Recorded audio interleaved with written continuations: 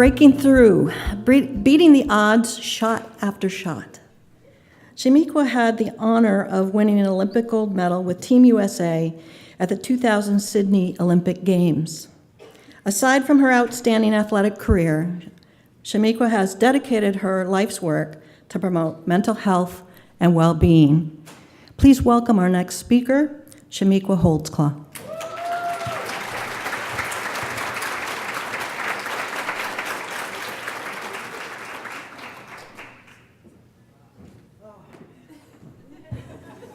Good morning, everyone. So yesterday, well, it's so much I want to say, but I'm going to try to speed it up. Susie, so much of her walk I can definitely identify with, but the young people nowadays, they tell me at the college, mental health hangs with mental health. So that's what we got to say to be cool. But yesterday, I was at a conference, and I said Seattle, and it was about 900 people there. 500 people were like donors and sponsors and people that wanted to give back to this organization. But while I was talking and giving my speech on stage, I guess you touch on certain things that resonate with people. And so as soon as I exited, I had out of that 900, about 500 people waiting to talk to me and share their stories. And I realized through when you're sharing your story, storytelling, we're healing, but sometimes it brings up stuff, you know? So I'm listening to these awesome stories, and it's like hitting me a certain way, and it really took me back to my childhood. And I was listening to Susie talk about her daughter, and I really thought, like, thinking about my grandmother and her being such an important person in my life and helping things change for me, you know? She redirected my life, but it took me back to the trauma I experienced as a child. You know, having my mom and dad who I love and who was supportive to me. We did family trips, we did movies, we did loving things, but I always realized that those loving things end with them at the movie theater drinking, or going back home, playing loud music and arguing and fighting. And I can't stop to think about today. You know, I talk about all different stuff, but today, like, how those things affected me. I can just remember them arguing, me going in my room and my brother waking up, who was 3 years younger, me silencing him and telling him, it's okay, just go back to sleep. Me as an 8-year-old, 9-year-old, like being adult-like, when my mom would like come home late, be drunk, and the next day she doesn't want to get up. My dad left for work. I'm shaking her. I'm going to her purse, taking money. I live in New York City at the time. This is where I grew up. So I can go downstairs. There's stores everywhere to get me and my brother food. And I had to bribe my brother because he was like, if you don't buy me a G.I. Joe, I'm going to tell mommy.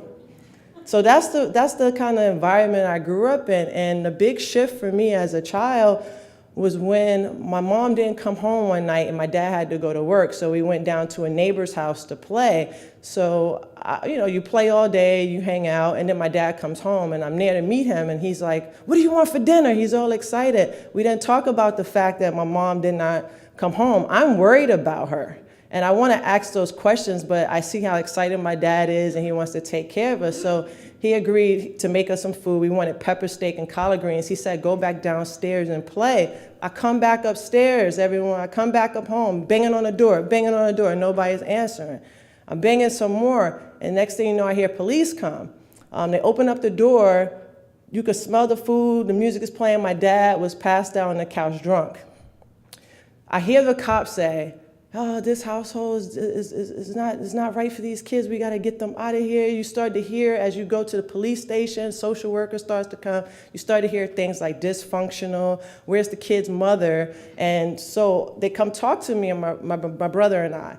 I'm the protector, I'm the older one. And they say, so does your parents like do this often? Does your mother not come home? Do they drink all the time? And I don't know, in the back of my mind, I'm like, I don't know these people. So I'm not saying anything. And then finally, my grandmother comes, it's my mom's mom, and you know, that's when everything changed for me. We were able to go home with her. We had a social worker come and visit, and they said these kids can either, they can stay here. We have to live with your grandmother until your parents get the help that they need, right? So everything is understood. But I left a middle class area.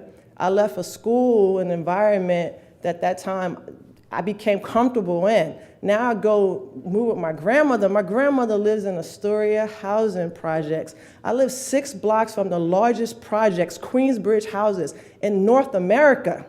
So everything, what I see now is different. I still go to my same school. In this environment that I'm living in now, most of the kids don't go to private school. I'm getting bullied. I'm getting teased.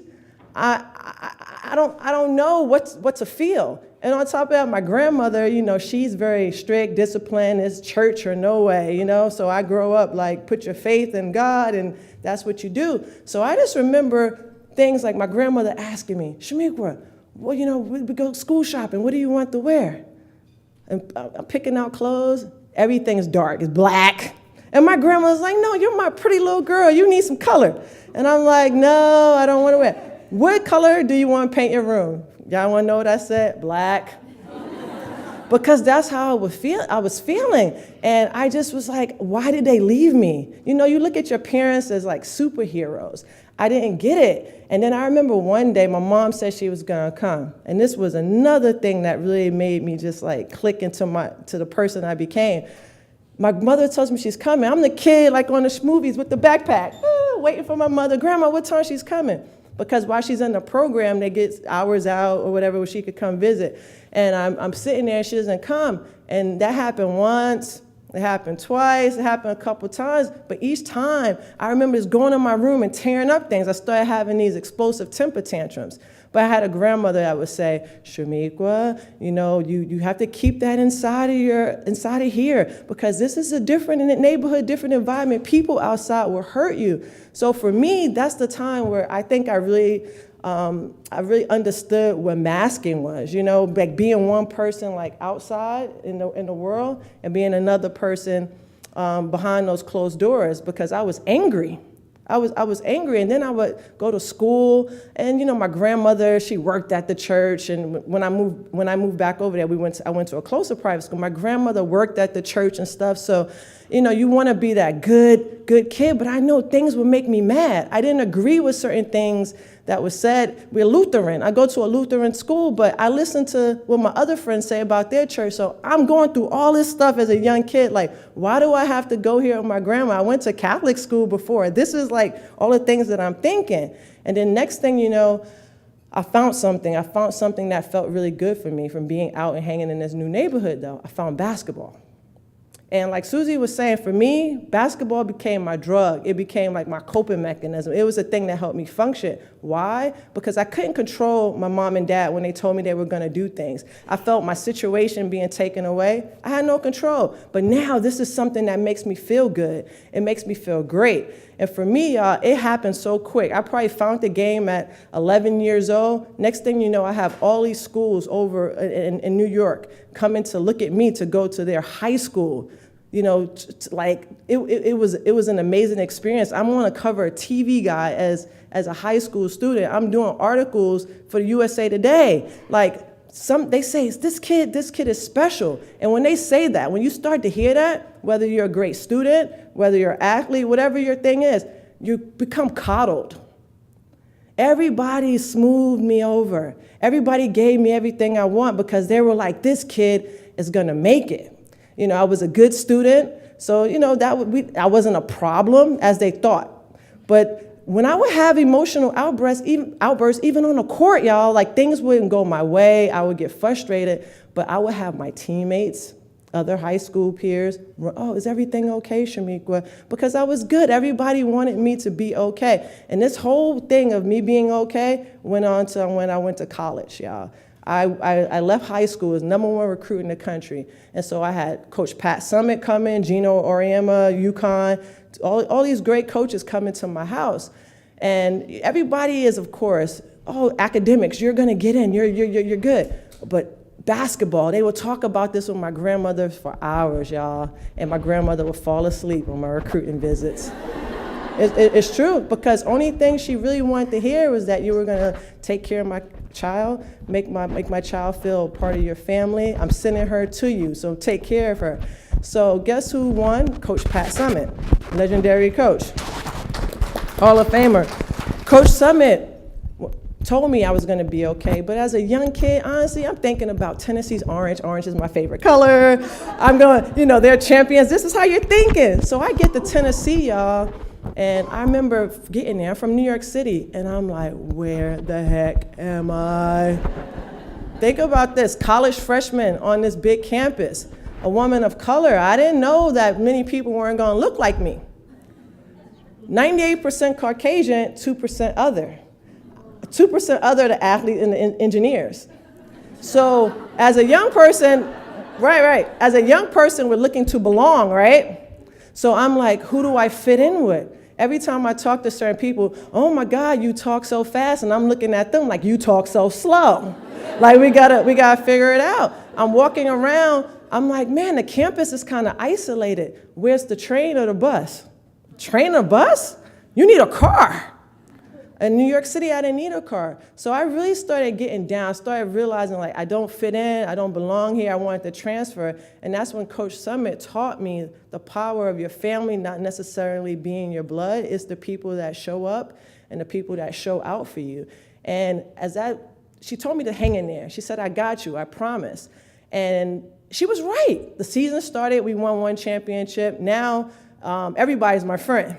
Everybody loves me, but me and Peyton Manning are the biggest things on campus, and everything's great. And I started having all this success, y'all, being called the female Michael Jordan, all this stuff.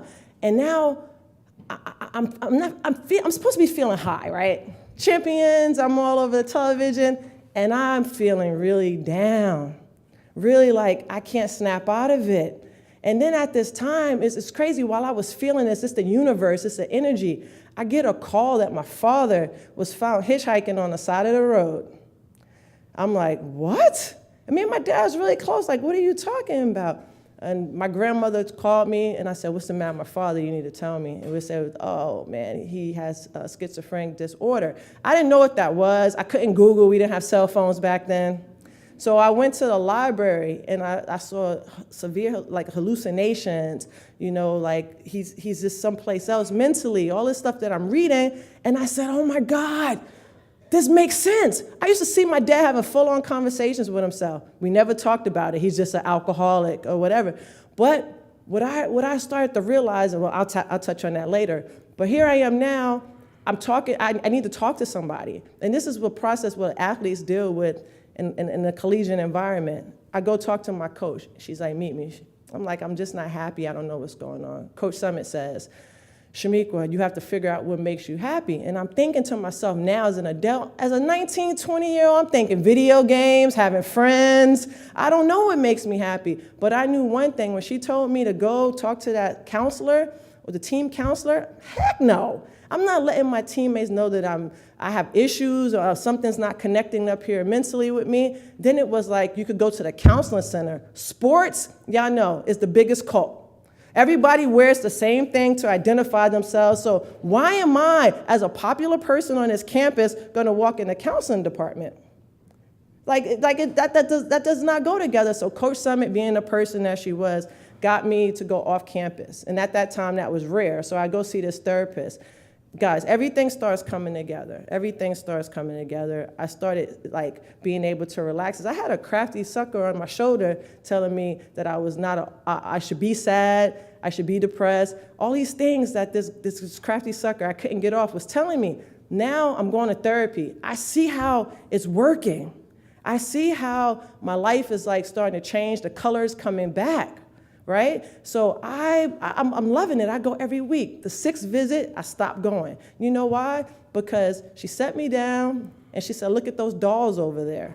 And I'm like, dolls? Those dolls represent your childhood. And she started trying to peel back those layers to talk about my mom and dad, and I wasn't really ready. So like a lot of young people, what I did was I ran.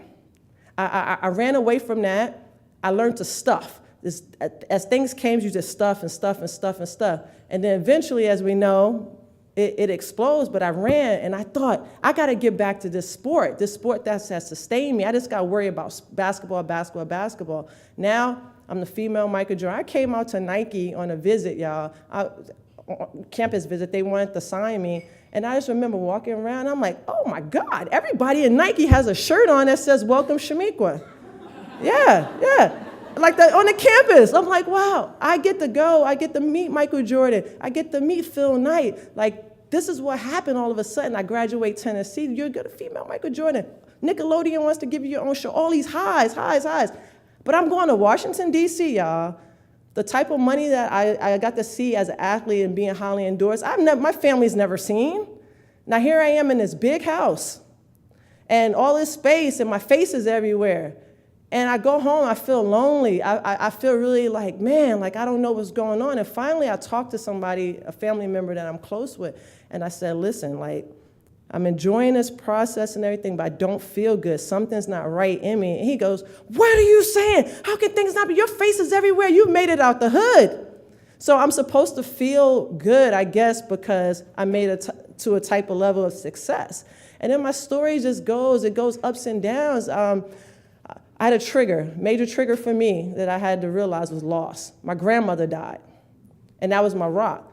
And I found myself in a manic episode. They say I lost track of days. It's all going over ESPN. Everybody's talking about it. But before that, only thing I remember was me having these thoughts in my head of always like killing myself, me jumping off of a building, and then I would mask it. I was never a big drinker in college or anything. I started like drinking a lot to cover up that pain, to cover up those thoughts.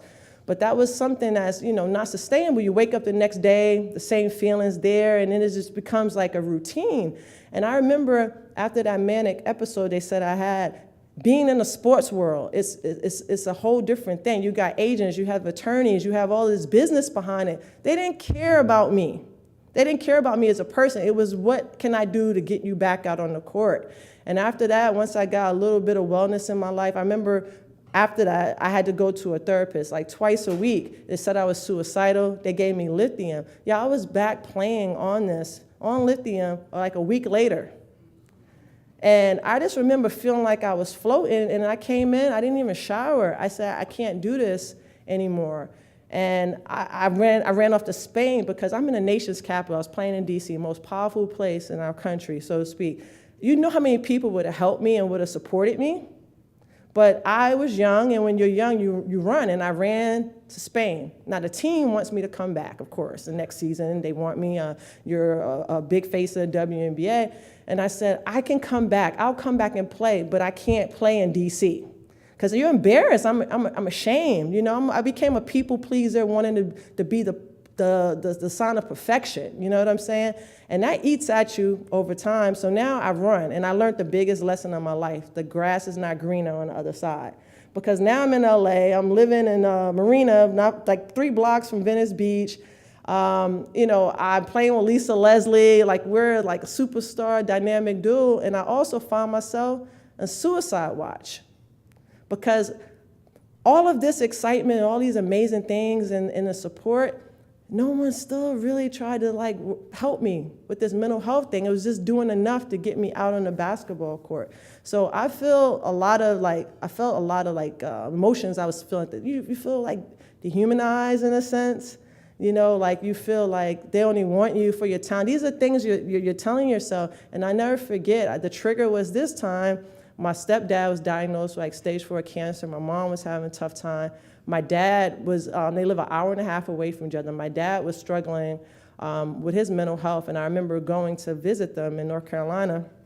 And I got back home after making sure everybody was okay to LA, and I just remember sitting there, and I just wanted to die. And I started taking my brain medication, started chasing it with Jack Daniels. I probably finished all those pills. It was like a mood stabilizer. And all of a sudden, I started getting really weak. And I remember I called a young lady that was watching my dog.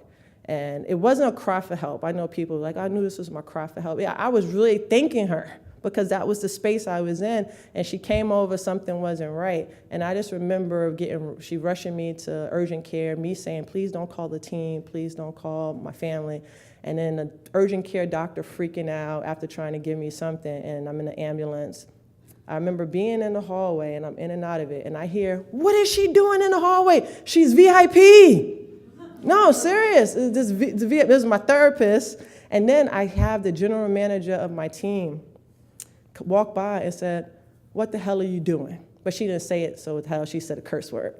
Yeah, what are you doing? It wasn't like, "Are you okay?" or whatever. You knew that I had these struggles, you know? I was open, but instead of me being open and people being supportive of me, people called me crazy.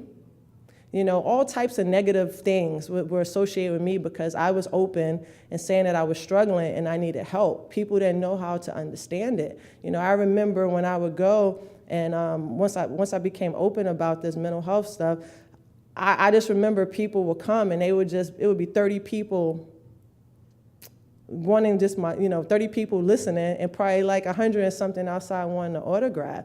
I remember how I was labeled. And it felt really uncomfortable. It didn't feel like fair. So me, when I was faced with that suicide attempt, y'all just don't know. That just created a shift in me. And I wanted to do more. I wanted to help people that were suffering in silence. I started doing more speaking with youth. I was like, adults, a lot of corporations and stuff, we know they give us the money to do these things. But it wasn't about that. It was generally with these kids. And I started to realize a lot of them were going through the same thing. And then along the way, you know, I really started like meeting more advocates. This is a part of it, like Dior, like we met years ago, and hearing her story. And I realized, man, like there's layers to this. Every time I hear these women or men speak, it's a part of who I am. And we can be so powerful together. You know, none of this is by accident. It's all about kindness. And I realize a lot of the times we are not just open and receptive to people and their differences, you know. I've been in churches. My grandmother, this is what we did as a kid. I've had people talk about me. The lady was like, "Ooh, that's that bipolar girl." In the church, right? Right? Why are we talking about people? We don't, but think about this. They don't say, "Is that cancer girl over there?" No. So I've been labeled bipolar, and don't talk about like me being a woman of color, being athletic, being a woman who's gay. You know, like, oh my God, it's because she's gay that she had those mental health issues. No, I've heard it all, you know, and you know athletes are crazy. It's all these labels that have just been thrown at me, and it's just like, man, when people get to know me, it's interesting. I'm sure everybody has this story. They're like, "Oh my God, you're so quiet. You're nice." I'm shy. I don't like to talk. I don't. This all this speaking is different. It's not my thing. You know, my thing is love. My thing is kindness. I'm here because, you know, I want to share my story, but I want people to understand, like, we in this together. Representation is important. Like, it's for so long, people of color in my community, I don't know about other communities. I'm going to talk about where I grew up. I know how people were like, you know, we strong people. You could push through this. You could pray this away. You know what I'm saying? Or hearing things like, we get through things. It's tired of like having to get through. Let's talk about it. Let's talk about why we got uncles and family members who stay in a room all day, but we just say, "Girl, it's crazy," but nobody gets them no help. You know, these are the people that I feel like I have to get in those communities, you know, the underserved. And when I talk about the underserved, I'm not talking about urban America. I go to a lot of rural areas and towns so small that when these ladies come together and they're like, "The reason we don't," look, we whisper in a mental health event, right? They're like, "The reason why I don't talk is because the town is so small and people stereotype you, people put labels on you, and then you just can't walk around because everybody knows your business." Like, you know, this is like, we got to stop that. Stop judging people. You got coworkers. This is the thing that bothers me. These young people tell me, "Oh, I go to work." I say, "Hey, do you talk to your coworkers?" No, but he gets on my nerves. She does. We text to communicate all the time. Put your hand on somebody one day. Just say, "Hey, how are you doing?" My wife gets mad at me all the time because I'll be in the airport and people always look at me. A guy ran up on me in Seattle yesterday. I don't know who you are, but you are somebody I know. And no, this is my life. And I said, "Why?" It's like, "You just look athletic. You look like somebody." So, okay. But I walk through the airport and I'm always smiling. And even on my bad days, you know, I believe me smiling can create a shift within myself. And I'm smiling. And I'll walk up to a lady. And honestly, sometimes the lady might not have a nice hairdo. And I'll be like, "Your hair is so pretty." And they'll look and they'll smile, right? And my wife is like, "I hate you." But that's what it's about sometimes, is, you know, making people smile, making people feel good. So I can't wait to hear these other amazing speakers, and just peace and love, everyone.